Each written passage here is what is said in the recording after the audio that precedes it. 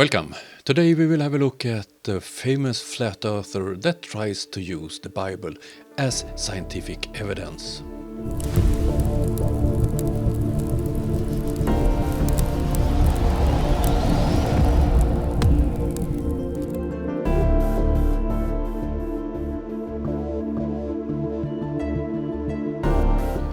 I've been away for some weeks working, now I will be home for a few days, so I managed to make one short video.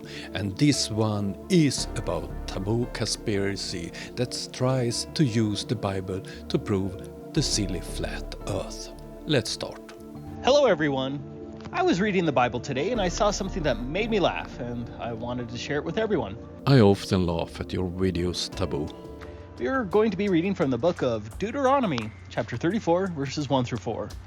Oh dear, so Taboo will try to use the Bible as a science book. This will be interesting. Before he died, Moses climbed to the summit of Mount Nebo, which is now located in Jordan. Mount Nebo is located here on Google Earth. There's a church up there at the top of Mount Nebo called the Memorial Church of Moses. There's also this brazen serpent sculpture up there. No typical flat earth mistakes so far, but I'm sure that he will say something really stupid. Let's continue. But at the summit on Mount Nebo, according to Deuteronomy, the Lord showed Moses all of the promised land, which Moses was not permitted to enter. The highest point on Mount Nebo is at an elevation of 2,297 feet or 700 meters. I'm going to add a reasonable 5 feet for his eye height, which brings us to an observation height of 2,302 feet. At 2,302 feet, the horizon would have to be closer than 58.8 miles, or 94.6 kilometers. And there was the first classic flat earth lie or flat earth mistake. The refraction, or did Moses survive without any oxygen at all? At a distance of 58.8 miles, puts our horizon to the edge of the circle indicated here. In verse 1, we read that the Lord showed Moses all the land of Gilead unto Dan. According to Bible commentary, Dan, at least the one mentioned in this verse, hasn't been discovered, but the land of Gilead had a northern boundary to the Yarmuk River. The Yarmuk River would have been 63 to 67 miles away from Mount Nebo. Adding in the elevation in between the 2 points, Moses could not have seen all of the land of Gilead with the curvature of the earth blocking his view. Let's have a closer look on that claim using Google Earth. Here we have the line as he did draw it, and then we zoom in on this area. And the elevation here is 1102 meters. So on a flat earth, Moses' view would be blocked by 400 meters. But it gets better. In verse 2, we read that Moses was shown all Naphtali, and the land of Ephraim, and Manasseh, and the land of Judah, unto the utmost sea. The ancient city of Dan is at the top of Naphtali, as shown here on this map. I assume not the Dan from verse 1. Dan is located at these coordinates, which is located here on Google Earth, would have been 102 miles away from Mount Nebo. And let's have a look at that one on Google Earth too. He would look in this direction, and if we zoom in again, he would look at the same area as in this last example. So 300 to 400 meters would block Moses' view if the earth was flat. But Naphtali itself extended beyond Dan to the Litani River, which would have been about 111 miles away from Moses. With respect to Dan, with an observation height of 2,302 feet and a distance of 102 miles, 1,247 feet should have been hidden behind the curvature. Dan only has an elevation of about 660 feet.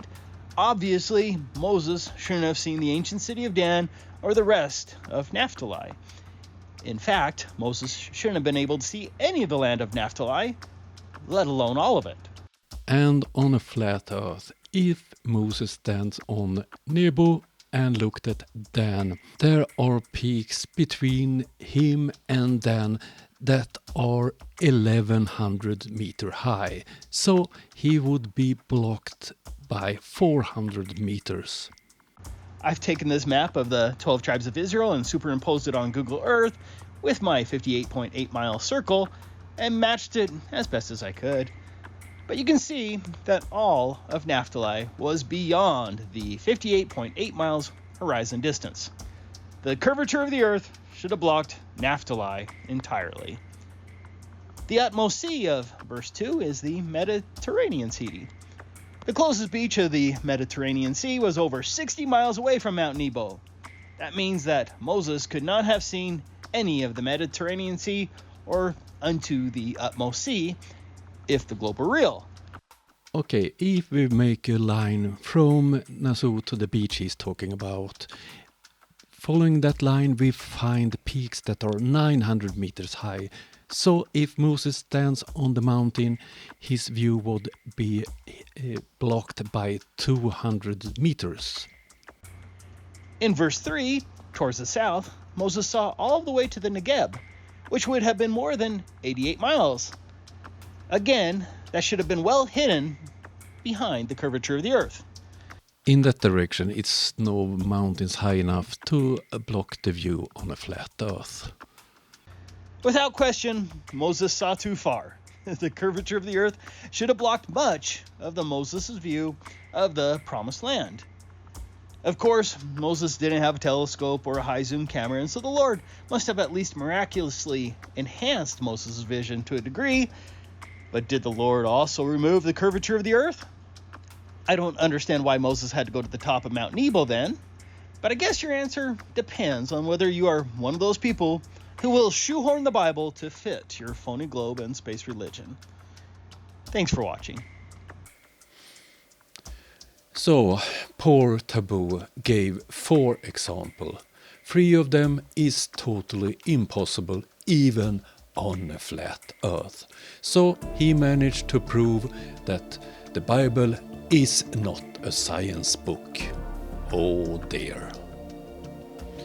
I don't know if I will have time to make any more videos this week, because in a few days I will go back to work and will be away for a while.